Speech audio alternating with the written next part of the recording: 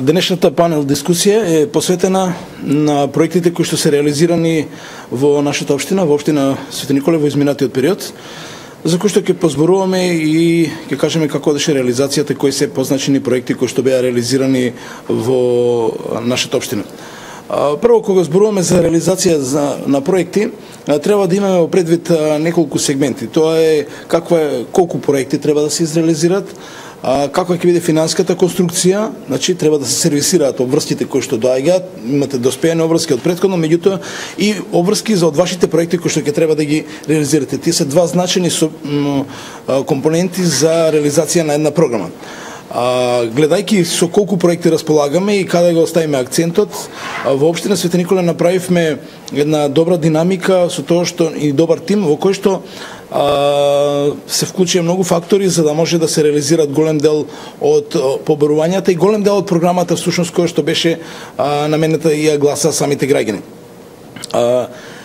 Нешто што на почетокот би сакал да го напомнам, дека кога реков дека стабилни извори на финансирање, значи дека ако имате извори на финансирање ќе имате развој.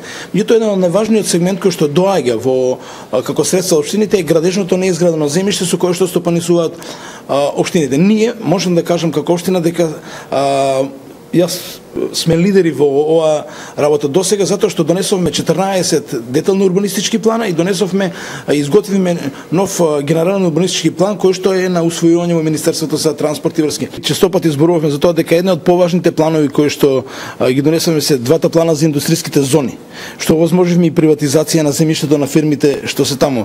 Планот во новиот градски парк, значи плановите во кои што се изградија на Гробински пат за прв пат 60 до 70, може би 80, ме исправате, нови плаца и нови куќи.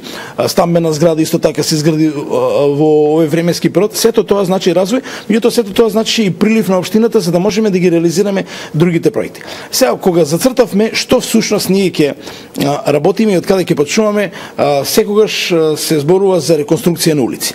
Овде си поставивме во програмата план како да одиме со реконструкцијата на улиците. Меѓутоа, за прв пат, тоа можеме слободно да го кажеме, дека реконструкцијата на улиците одеше темелна. Она класична темелна реконструкција.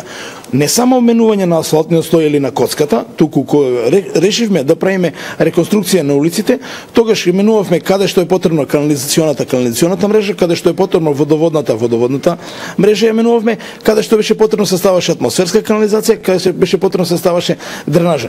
Гордо и слободно можам да кажам дека заменивме 4270 метри стара азбестна или метална мрежа со нова пластифицирана ПВЦ мрежа и со тоа решивме големи проблеми во повеќе зони на граѓаните. Меѓутоа, не само што го сменивме тоа, туку сменивме и повеќе канализациони системи во тој дел, така да веќе нема пропаѓање на улиците и направивме една комплетно нова урбана улица и тоа го гледаат граѓаните. Всушност граѓаните гледаат колку е тоа сериозен пристап, како се приоѓа на работите и колку стратешки се приоѓа на работите. Посебно старите луѓе, оние што паметат, кога ги посетувавме на терен улиците, ќе доаѓа и ќе рече веле вака, дете, синко, ова навистина се прави да трае. И тоа вака не прави нас поштедно горди. Ја можам да кажам дека како локална самоуправа овие 4 години заменивме 6433 метри водоводна мрежа. Во тоа спаѓа и новиот водовод во село Мустафино, кој што после 35 години доби конечно водовод. И можам да кажам дека направивме 23 километри канализациона мрежа. Овде се канализацијата во село Ерџелија, канализацијата во село Горобинци, канализацијата во село Црнилиште и оние канализациони зафати на колектори и линии кои што беа оштетени или се пробиваа низ градот, посебно новите населби, например населбата Сопотски пат, улицата Гаврило Гаврилски, и Михајло Апостолски добија комплетно нова водоводна и канализациона мрежа.